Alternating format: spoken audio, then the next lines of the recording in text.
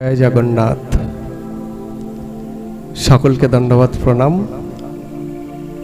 তো আসুন, সামনেই রথযাত্রা। শ্রী জগন্নাথের এক বিশিষ্টা ভক্ত মাতা, তার জগন্নাথের প্রতি যে প্রেম বাৎসল্য, সেই সম্পর্কে আমরা আলোচনা করি। তিনি আর কেউ নন, তিনি হলেন পুরীর লান্ডি মাতা। তো ভগবান শ্রীকৃষ্ণ শ্রীমদ্ ভগবদ গীতায় নবম অধ্যায়ে বলছেন যে পত্রম পুষ্পম ফলম তয়ম ইয়ো মে ভক্তা প্রযচ্ছতি তদহম ভক্তপোহৃতম অশ্নামি প্রযতাত্মনঃ। অর্থাৎ কেউ যদি ভক্তিভাবে আমাকে একটু পত্র, একটু পুষ্প, একটু ফুল, একটু জল নিবেদন করেন, আমি তাহলে সেটা প্রীতিপূর্বক গ্রহণ করি। সেই ভক্ত যেমন প্রীতিপূর্বক আমাকে প্রদান করেন, আমিও তার প্রতিদান হিসাবে সেটা প্রীতিপূর্বকই গ্রহণ করি। এটা ভগবান শ্রীকৃষ্ণ শ্রীমদ্ ভগবদ গীতায় বলছেন। তো আমরা ভগবানকে কিরকম পদ্ধতিতে নিবেদন করছি এটা কিন্তু বড় কথা নয়। বড় কথা এটাই যে আমরা কি ভাব নিয়ে ভগবানকে নিবেদন করছি, সেটাই হচ্ছে সব থেকে বড় কথা। ভাবগ্রাহী জনার্দন ভাবটাকেই গ্রহণ করেন। ভক্ত ভাব শুদ্ধ রেখে যদি নিম পাতাও দেয়, তিক্ত পদার্থ, সেটাও ভগবান গ্রহণ করতে বাধ্য, তিনি করেন। তো সেটাই আমরা আলোচনা করব। জগন্নাথ দেবের মাতা, যিনি জগন্নাথকে বাৎসল্য ভাবে আরাধনা করতেন, লান্ডি মাতা। তো শ্রীধাম পুরীধাম রজনীর শেষে যখন শ্রীমন্দিরের সিংহদ্বার অর্থাৎ সিংহ দরজা যখন উন্মুক্ত হয়, তখন ভক্তরা জগন্নাথকে দর্শন করার জন্য ব্যাকুল হয়ে ছুটে আসেন। এমন ভাব তাদের যেন তারা কতদিন ভগবানকে দর্শন করেননি। তারা এইভাবে জগন্নাথ পুরীধামে তারা ছুটে যায়। তাদের মধ্যে রাস্তায় পথ চলছেন একজন বৃদ্ধা, তিনিও মন্দিরের দিকে যাচ্ছেন। তার ডান হাতে একটা লাঠি আছে আর বাম হাতে একটা পাত্র আছে। সেই পাত্রটা আবার তার সেই জরাজীর্ণ বস্ত্র দ্বারা ঢাকা, বস্ত্র দিয়ে ঢেকে রেখেছে। তো যখন যাচ্ছেন পথে একজন জিজ্ঞাসা করছেন, লান্ডি মাতা কোথায় যাচ্ছ, হাতে তোমার কি? তখন সেই বৃদ্ধা উত্তর দিচ্ছেন যে আমি আমার ছেলের কাছে যাচ্ছি, ছেলের জন্য একটু নিম পাতা নিয়ে নিম পাতা বেটে এই পাত্রে নিয়ে যাচ্ছি। তখন যিনি প্রশ্ন করলেন তিনি আবার বললেন, জিজ্ঞাসা করলেন যে তোমার ছেলে কোথায় থাকে লান্ডি মাতা? তখন বৃদ্ধা বললেন যে আমার ছেলে বিশাল একটা বড় ঘরে থাকে, কত লোক তার সেবা করে, প্রতিদিন সে 60 বার করে খায়, আর কত রকমের মিষ্টি খায়। এই মিষ্টি খেতে খেতে তার নয় পেট কামড়ায়। যাতে পেট না কামড়ায় তার জন্য আমি সকাল বেলায় প্রথমেই আমি তাকে নিম পাতা দিয়ে আসি, যাতে করে সে সারাদিন যত ইচ্ছে এবার মিষ্টি খাক আর তার পেট কামড়াবে না। ভক্ত ভগবানকে ভালোবাসতে বাসতে বাসতে নয়, এমন আপন করে নেয় যে সে ভুলেই যায় যে সে ভগবান। সে মনে করে যে ঠিক আত্মবৎ চিন্তন করে নিজের মতো। আমরা ভগবানকে যতক্ষণ না আত্মবৎ চিন্তন করতে পারছি ততক্ষণ আমরা সেই পরম প্রেমটা প্রাপ্ত হতে পারি না। সেই জন্য এই পরম প্রেম প্রাপ্ত হওয়ার জন্য ভগবানকে নিজের মতো করে আত্মবৎ চিন্তন করা প্রয়োজন। তো তিনি যাচ্ছেন নিম পাতা খাওয়াতে। পুরীর সকলেই যখন যান ওইভাবে, সকলেই তাকে জিজ্ঞাসা করেন। অনেকেই জানেন যে লান্ডি মাতা যাচ্ছে নিম পাতা নিয়ে, কিন্তু তবুও তার মুখ থেকে এই কথাগুলো শুনতে তাদের খুব ভালো লাগে। সেই জন্য বারবার জিজ্ঞাসা করেন অনেকেই যে কোথায় যাচ্ছ, হাতে কি। কিন্তু লান্ডি মাতা কখনো রাগ করেন না। তার এই কথা শুনে সবাই হাসে, অনেকে হাসেন, কিন্তু রাগ করে না। ভগবানের শুদ্ধ ভক্তের একটা বৈশিষ্ট্য, গীতায় ভগবান শ্রীকৃষ্ণ বলছেন বিত রাগ ও ভয় ক্রোধ। তিনি ক্রোধ মুক্ত। তিনি খুব সুন্দরভাবে উত্তর দেন, আমি আমার ছেলের কাছে যাচ্ছি, ছেলের কাছে। এমন ভাবে উত্তরটা দেন, এমন ভাব মিশিয়ে দেন উত্তরটা, যেন মনে হয় তার সত্যিকারই তার গর্ভজাত সন্তানের কাছে সে যাচ্ছে। এইভাবে একদিন নয়, দুদিন নয়, প্রত্যেকটা দিন, মাসের পর মাস, বছরের পর বছর তিনি যান জগন্নাথকে এই নিম পাতা দিতে। কিন্তু কোনো ভক্ত যখন ভগবানকে এত ভালোবাসেন, ভগবান কি তার নাম ডাক না করিয়ে ছাড়েন? এইভাবে হলে তো হবে না। তাকে জগৎকে দেখাতে হবে যে দেখো আমার লান্ডি মাতা আমাকে কত ভালোবাসে। সেই জন্য জগন্নাথ কি করলেন, তারই ইচ্ছাতে একদিন যখন সেই লান্ডি মাতা পুরীতে মন্দিরে প্রবেশ করলেন, তখন দারোগা তাকে আটকে দিলেন, বললেন যে কোথায় যাবে? তখন বলল আমি আমার ছেলের কাছে যাব। ছেলে কোথায় থাকে? ছেলে রত্ন সিংহাসনে বসে থাকে। ছেলে কোথায় জিজ্ঞাসা করলেন, তিনি উত্তর দিলেন যে ছেলে রত্ন সিংহাসনে বসে আছে আলো করে। আমি তার জন্য নিম পাতা নিয়ে আসব। সেই জন্য বড় বড় চোখ করে রাস্তার দিকে, পথের দিকে চেয়ে বসে আছে। তখন সেই দারোগা বলল যে জগন্নাথকে কত মিষ্টি দ্রব্য দেয়া হয়, কত রাজভোগ দেয়া হয়, উৎকৃষ্ট দ্রব্য দেয়া হয়, নিবেদন করা হয় তাকে। আর তোমার এই নিম পাতা বাটা খাওয়ার জন্য ভগবান রত্ন সিংহাসনে অপেক্ষা করে থাকেন বড় বড় চোখ করে। তিনি কি করলেন, হাত থেকে সেটা নিয়ে রেগে গিয়ে, যে তার আবার ভাব কি ভগবান এখানে মিষ্টি খায়, তাকে এই তিতকুটে মানে তেতোটা দেয়া হবে।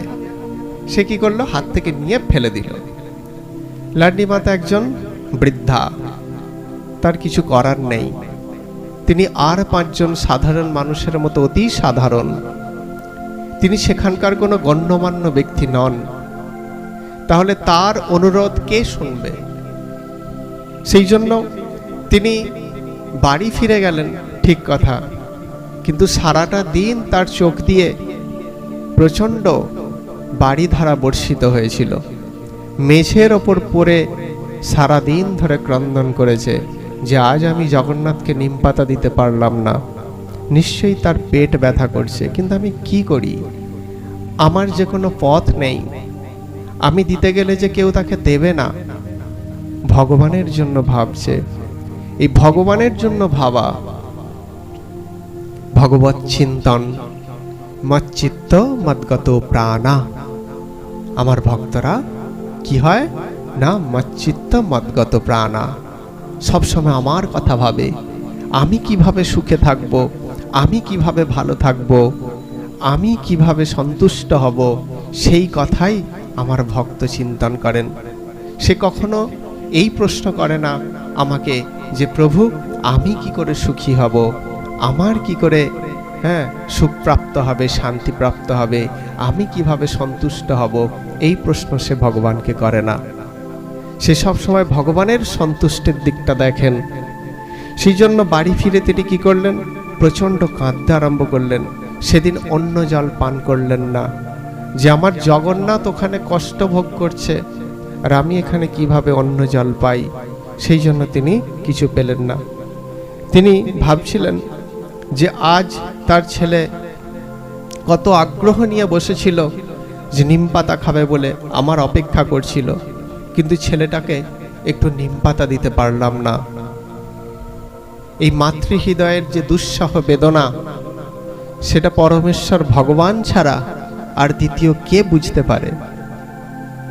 সেই জন্য তিনি কি করলেন, লীলাময় জগন্নাথ, তিনি লান্টি মাতার ছেলে, কোটি ব্রহ্মাণ্ডের তিনি সৃষ্টিকর্তা, কোটি ব্রহ্মাণ্ডের সৃষ্টি স্থিতি প্রলয়কে তিনি পরিচালনা করছেন। তার ইচ্ছাতেই সব কিছু সাধিত হচ্ছে, আর তার মা সেখানে কাঁদবে, সেটা হয়, সেটা তিনি সহ্য করতে পারলেন না। মায়ের মনের যে দুঃসহ বেদনা, সেটা তিনি অনুভব করতে পারলেন, অনুভব করলেন। তাই তিনি রত্ন সিংহাসন থেকে নেমে আসলেন। এদিকে কি হচ্ছে, দিন অতিক্রান্ত হলো, রাত্রির ঘন অন্ধকার আবার নেমে আসলো, কিন্তু সেই লান্ডি মাতা সে বিছানা ছেড়ে, বা অর্থাৎ সে মেঝেতে পড়ে কাঁদছিল, সেখান থেকে আর উঠল না। সে কেঁদেই চলল যে আজ আমি জগন্নাথকে নিম পাতা দিতে পারলাম না। তো এইরকম যখন অস্থির হয়ে যাচ্ছেন, যত জগন্নাথের কথা চিন্তা করছেন তত অস্থির হয়ে যাচ্ছেন, তখন হঠাৎ করে দেখলেন যে তার ঘরটা একটা দিব্য আলোক রশ্মিতে যেন ঝলসে উঠল। সব কিছু যেন দিব্য আলোক রশ্মিতে ঝলসে উঠল। তখন লান্ডি মাতা চমকে মাথা তুলে দেখলেন যে আলোকপুঞ্জের মধ্যে দণ্ডায়মান, অর্থাৎ দাঁড়িয়ে আছে স্বয়ং জগন্নাথ। তার চোখে পরম দয়া, পরম করুণা। আর কি তিনি বলছেন, শুষ্ক মলিন মুখে যেন তিনি বলছেন, মা আজ অনেক মিষ্টি দ্রব্য খেয়েছি, আমার পেট কামড়াচ্ছে, আমাকে একটু নিম পাতা দাও। এই কথা বলছেন। কিন্তু লান্ডি মাতা যখনই ধরপড়ি উঠতে গেলেন, জগন্নাথ এসেছে, স্বয়ং আমাকে নিম পাতা চাইছেন। যখন উঠতে গেলেন তখন হঠাৎ জগন্নাথ অদৃশ্য হয়ে গেলেন, আর তিনি দৃশ্যমান থাকলেন না, অদৃশ্য হয়ে গেলেন। তখন তিনি আরো ক্রন্দন করতে লাগলেন, তুই আমাকে নিম পাতা চেয়ে কোথায় গেলি বাবা, তুই কেন চলে গেলি? এদিকে কি হলো, এদিকে সেই রাত্রে জগন্নাথ, পুরীর যে রাজা গজপতি রাজা, তাকে স্বপ্নে দর্শন দিয়ে বললেন যে আমার মা আমাকে নিম পাতা দিতে এসেছিল, কিন্তু দারোয়ান তার হাত থেকে নিম পাতা কেড়ে ফেলে দিয়েছে, সেটা নষ্ট হয়েছে, আমি আর খেতে পারিনি। তো আমাকে যেন আমার মা আবার নিম পাতা দেয়, তার ব্যবস্থা কর। এটা রাজাকে স্বপ্নে দিয়ে দেখালেন, স্বপ্ন দিয়ে নির্দেশ দিলেন। জগন্নাথের এরকম স্বপ্নাদেশ পেয়ে তিনি ধরপড়িয়ে উঠে বসলেন, এবং সঙ্গে সঙ্গেই কি করলেন, তার মন্ত্রী যারা রাজপুরোহিত ছিলেন তাদের কাছে বললেন যে আমি এইরকম একটা স্বপ্ন দেখলাম যে পুরীতে লান্ডি মাতা কে আছে, তিনি রোজ জগন্নাথকে, প্রভুকে নিম পাতা দিতে আসতেন, কিন্তু আজকে সেটা দেয়া হয়নি, সেই জন্য জগন্নাথ আমাকে স্বপ্নে এই নির্দেশ দিয়েছেন। সকাল হতেই তারা কি করলো না, রাজা সহ অনেক সবাই সেনা সামন্ত নিয়ে রাজা পৌঁছে গেলেন সেই লান্ডি মাতার ঘরে। অনেক সন্ধান করে পুরীর অনতি দূরেই, মন্দিরের অনতি দূরেই তার গৃহ ছিল। একটু খোঁজ করেই সেই গৃহের সন্ধান পাওয়া গেল, এবং কি হলো না, সেখানে গেলেন, রাজা স্বয়ং গেলেন। গিয়ে তখনও দেখছেন কি না, তখনও সেই লান্ডি মাতা ক্রন্দন করছেন। মহারাজ তখন বললেন তার কাছে গিয়ে যে মা, মন্দিরের দারোগা তোমার প্রতি যে অন্যায় আচরণ করেছে, সেই জন্য আমি ক্ষমা চাইছি। জগন্নাথ তোমার হাতে নিম পাতা বাটা খাওয়ার জন্য অধীর আগ্রহে বসে আছে। তুমি প্রতিদিন তাকে নিম পাতা খাওয়াবে।